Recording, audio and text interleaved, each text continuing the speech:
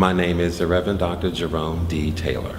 My congregation is the Evangelical Lutheran Church of the Good Shepherd in Roosevelt, New York.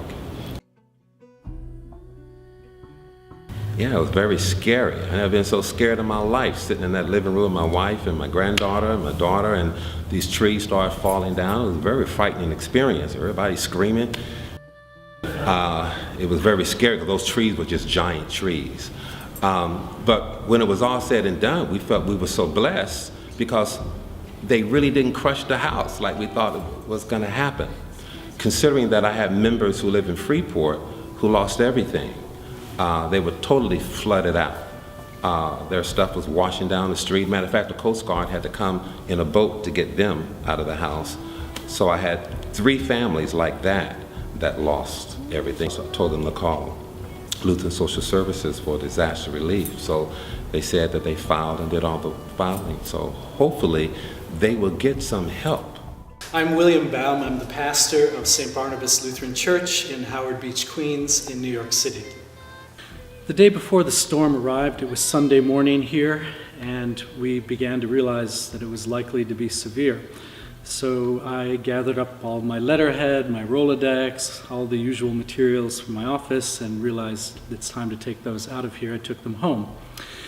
So we were at home. It was Monday evening, and the storm came in as expected. Our local Con Edison plant exploded, and so that really set the neighborhood into kind of a panic. It was quite a frightening evening. We live on 14 stories up in a high-rise in Lower Manhattan. So the days after that, without any electricity or heat or water or phone, we had to treat our 14-story as a walk-up, up and down, and also no way to communicate with the people out here and no way to get here. We got out the next morning to go look around the neighborhood, and we saw, again, all the cars were destroyed, all the cars in the community. Our parking garage was miraculously spared. I don't know how they were able to keep the water out of it. There's 6 parking garages in our complex, and 4 of them were destroyed. So what that means is the water goes down and just wrecks all those cars as well. We were spared, and I was amazed at that. So when I was finally able to get out here, then the gasoline shortage hit. And then no one was able to get gas. I don't know if you saw the lines on TV, but it was impossible to get gasoline. So that meant then the generators in the community started to run out of fuel. And then colder weather came, and it all multiplied into a increasing mess. Yes, heavily. During this, after the storm, we had 2 persons of this congregation who lost their apartments completely to the ocean, because they used to be by the beach that way. The ocean went into their apartments and destroyed everything. Immediately after the storm, they were living with friends. They were almost like homeless. My house was also affected. The shingles of my roof most of them came out. But I think the building was not demolished by the storm, but still there. We've been asking people to pray for us. Others came to our aid. Some people sent in some donations. We got some pastors from Connecticut who came in to assist us. So we didn't feel abandoned, because when these type of things happen, you want to know your friends. And so when people started coming in, we were somehow released of our feeling abandoned. We thought nobody would think of us, but not knowing people were thinking of us, and we bless God for that. I remember sitting up in the apartment, which is the top floor of the church building, and thinking around 9 o'clock, I think we've made it. I don't think we're going to get affected by this. And I was feeling really good about it. And then about 15 minutes later is when all of a sudden I started to hear big pops in the neighborhood, and our lights went out. And my first thought was to run to a window to see what was going on. And so I knew we were in for the long haul. the next couple of days, we finally were able to make it down into the basement to see what the damage was. And the water had come up probably about 4 to 5 feet and had ruined all of the food that we have stored in our basement, which was about 20,000 pounds of food. So every bit of food that we used to feed people in our soup kitchen and food pantry was lost.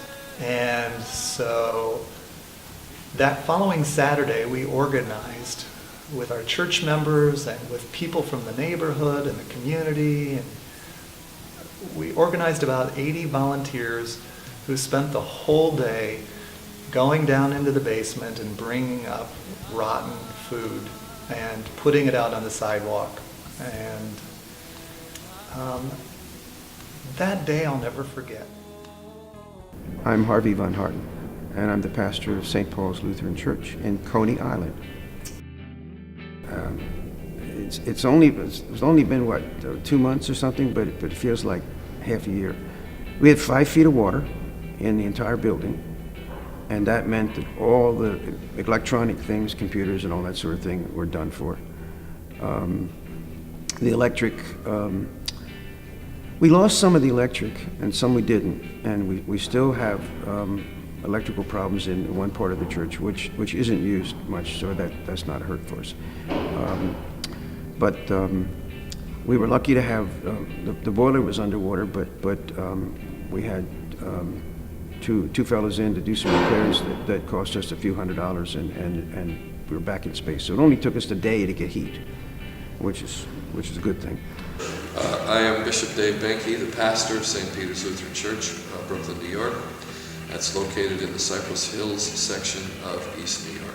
The day of the disaster of the Superstorm, the people here were all kind of barricaded in, but the very next day, our district-wide leadership came down to do an assessment, and we said that we felt St. Peter's was positioned to get to certain areas in Brooklyn, in Queens, and then in the Rockaways on the way to Long Island, because we were directly on that path.